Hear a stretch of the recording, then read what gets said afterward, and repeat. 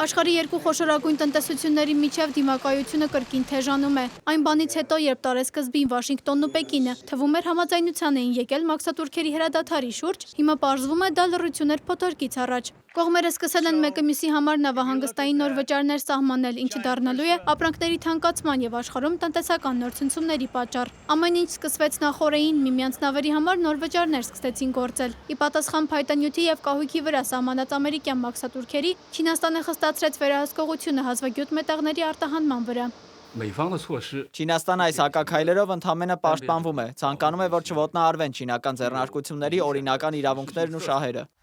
Երկխոսության կոչերը կարծես չեն հասնում Սպիտակ տուն, նախագահ Դոնալդ Թրամփը Պեկինի քայլերին արձագանքել է իրեն բնորոշ կոշտ ոճով, սպառնալով Չինաստանին լրացուցիչ 100%-անոց մաքսատուրքով։ Սակայն ոչ բոլորն են հավատում, որ Թրամփը կգնա նման ծայրահեղ քայլերի։ Վերլուծաբանները նշում են, որ սա կարող է լինել բանակցային դիրքերը ամրապնդելու մարտավարություն, նախագահ Սիի հետ սպասվող հանդիպումից առաջ։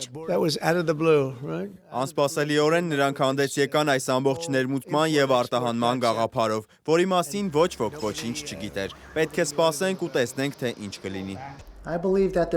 Կարծում եմ, երկու կողմերի համար շատ բան է դրված խաղաղասեղանին, որպեսզի նրանք հանդիպեն։ Եթե Թրամփն ու Սին չհանդիպեն, աշխարհի մնացած մասը, հատկապես շուկաները, դրան լավ չեն արձագանքի։ Այս պայմաններում որոշ փորձագետներ կոչ են անում Վաշինգտոնին վերանայել իրենց մոտեցումը Չինաստանի նկատմամբ առճակատումից անցնելով երկխոսության։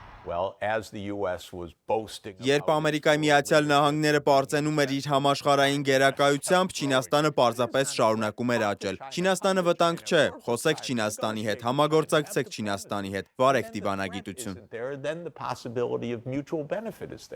Ինչպես կարող է գլոբալ հակամարտությունը անդրադառնալ Հայաստանի տնտեսության վրա։ Ազդեցություններ կարող են լինել իհարկե եւ կլինեն, բայց դրանք շատ մեծ չեն կարող լինել։ Ապրանքաշրջանառությունը երկու երկրների հետ, հատկապես Միացյալ Նահանգների հետ, այդքան մեծ չէ։ Դրական առումով ոսկու արտահանման բաղով իհարկե համաշխարհային շուկայի դրական ազդեցություն կունենան։ Այսպիսով աշխարհը սպասում է նոյեմբերի 1-ին ասիական եւ խաղաղօվկիանոսյան տնտեսական գագաթնաժողովում կհանդիպեն Թրամփը եւ Սի Ցինփինը։ Հենց այստեղ պարզ կդառնա նոր ավելի կործանարար առևտրային պատերազմ է աշխարհին սպառնում, թե կհաղթի դիվանագիտությունը։ Անի Հովհաննիսյան, Reopen Media։